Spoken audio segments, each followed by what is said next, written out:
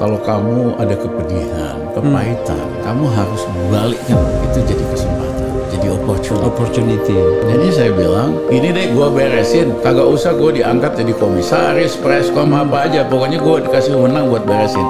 Gue beresin pasti beres. Cuman syaratnya, tolong threshold presiden dibikin 0.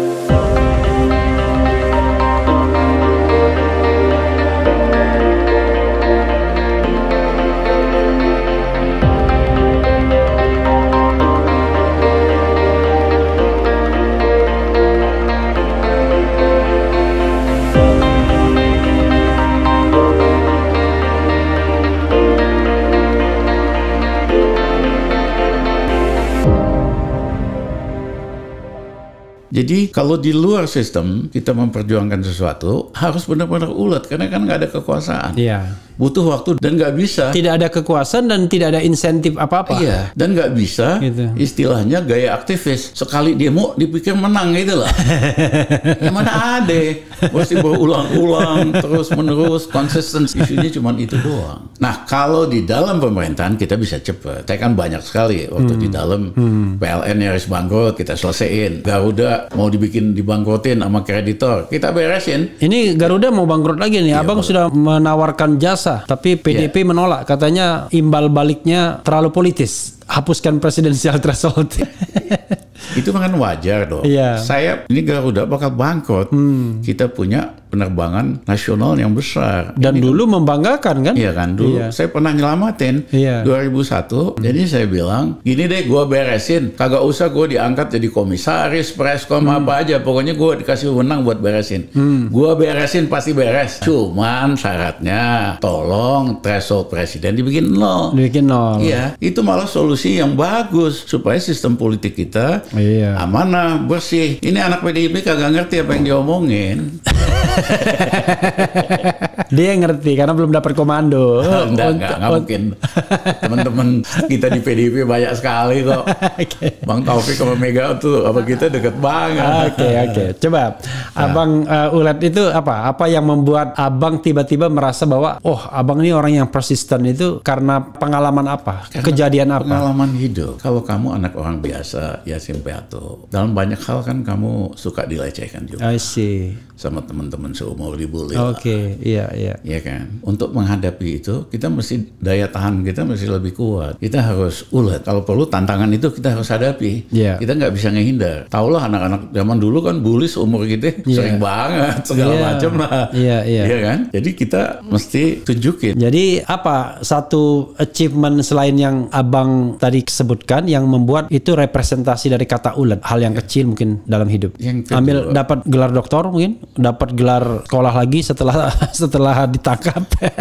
Kalau dalam hal itu agak beda sedikit. Oke. Yang beda fokus. Fokus. Waktu saya sampai SD sampai SMA kita kan matematika jago, selalu juara. Bahasa kita hebat lah. Oke. Mata pelajaran fisika kita jagoan lah. Tapi yang lain kan kita nggak peduli, cuek gitu. Terus sibuk jadi mahasiswa student center di ITB kan. Sehingga nggak selesai sekolahnya. Nah, saya diterima sebagai mahasiswa percobaan di Boston. Di Boston. Iya kan. Artinya satu semester pertama statusnya itu undergrad. Kalau angkanya bagus baru diangkat jadi postgrad.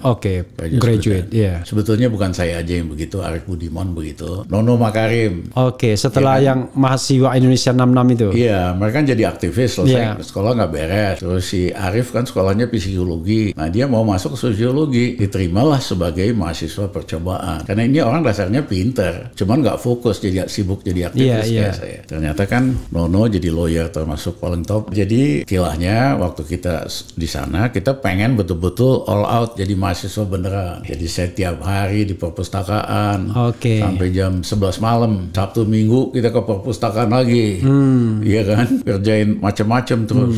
Sehingga waktu ujian makroeconomics kita satu-satunya dapat A. Profesornya bilang satu-satunya dapat A dari semua mahasiswa? Dari 40 mahasiswa. Termasuk Amerika? Iya, semua banyak kan bule-bule kan? I see. Iya kan? Dia bilang, saya nggak ngerti. Dia bilang, kenapa kamu yang nggak ngerti ekonomi bisa dapat A, yang lain aja susah banget gitu loh. Saya bilang, saya pakai matematika saya aja, saya nggak ngerti istilahnya maksudnya apa. Tapi Tapi kita belajar. Karena aku kan istilah aja nggak ngerti, istilah-istilah ekonomi. Iya, istilah teknisnya kan. Jadi kita belajar terus. Kantor kita di perpustakaan tiap hari. Memang akhirnya cepat begitu itu kita diterima sebagai mahasiswa. Jadi langsung postgraduate. Nah, graduate. Master ya. Iya, master ya. Nah, setelah master saya ditawarin beasiswa untuk nerusin buat PhD. Tapi saya merasa jadi ini master tanpa S1 kalau kita kan langsung lompat begitu. Memang bisa sih di luar negeri. Nah, habis itu saya ditawarin beasiswa buat nerusin PhD. Saya pikir di Boston juga. Di Boston juga. Oke. Saya pikir waktu itu gue lulus, tapi kan gue ngertinya buku doang, ngerti ekonomi dari buku. Iya, nggak ada praktek. Nggak ada praktek, nggak ada pengalaman. Iya. Iya kan? Walaupun gue nanti PhD, gue bakal on nih. Kan banyak juga profesor PhD on kan. Akhirnya kita putusin harus pulang dulu ke Indonesia supaya ngerti groundwork yang benar. Saya 9 bulan pertama saya bekerja sebagai pemretnya Prisma. Majalah intelek. Iya. Iya kan? Nggak tahu tahun berapa terakhir Prisma itu. Iya kan? Waktu itu kan top lah itu majalah ini. Ada versi Islamnya Ulumul Quran, UK gitu. Nah habis itu pemret Prisma kan duitnya kagak ada lah. Iya. Susah. Akhirnya soalnya dari halaman pertama, halaman terakhir itu kertas melulu itu, kagak ada warna-warnanya. Artinya kagak ada iklannya. Akhirnya kita gabung dengan project dari Harvard Team di CPIS. Kita jadi advisor di Departemen Keuangan, ya kan? Apa tadi projectnya? CPIS, Center for Public Policy gitu ya. Akhirnya kita jadi advisor macam-macam lah. Yang paling bagus di situ, kita waktu itu pemerintah mau menutup BRI unit desa. Ada 360 di seluruh Indonesia. Tadinya fungsinya BRI unit desa ini buat nyalurin kredit BIMAS doang. Kita adakan kredit BIMAS itu bimbingan masyarakat ya? Ya, kredit untuk pertanian untuk kredit. padi dan lain-lain. Begitu fungsi BIMAS selesai, bank-bank desa ini mau dihapus. Tim dari Harvard CPIS saranin kepada Menteri Keuangan itu jangan, sayang nih yang ini kita benahin aja ini, bikin rural banking yang benar. Nah, saya ketua field coordinator waktu itu. Jadi kita bikin kredit umum pedesaan, kita bikin simpanan pedesaan. Itu program rural banking termasuk paling baik di dunia. Saya waktu itu bolak-balik. Jadi abang posisinya sebagai konsultan? Field coordinator. Field coordinator, Untuk reformasi BRI unit desa. Kalau sekarang program pengembangan kecamatan gitu-gitu ya? Nah, ini jadi program yang paling menguntungkan dari BRI. Sampai hari ini, BRI unit desa. Bayangin Rally, pada itu kan tahun 84 ya. Kita pasangin komputer di setiap cabang desa daripada BRI unit desa. Di kota-kota aja belum pakai PC. Supaya countingnya beres dan segala macam. Gitu. Nah, tahun 90-an awal ya? Tahun 80-an. 80-an. 82 sampai 86 saya ngerjain proyek ini.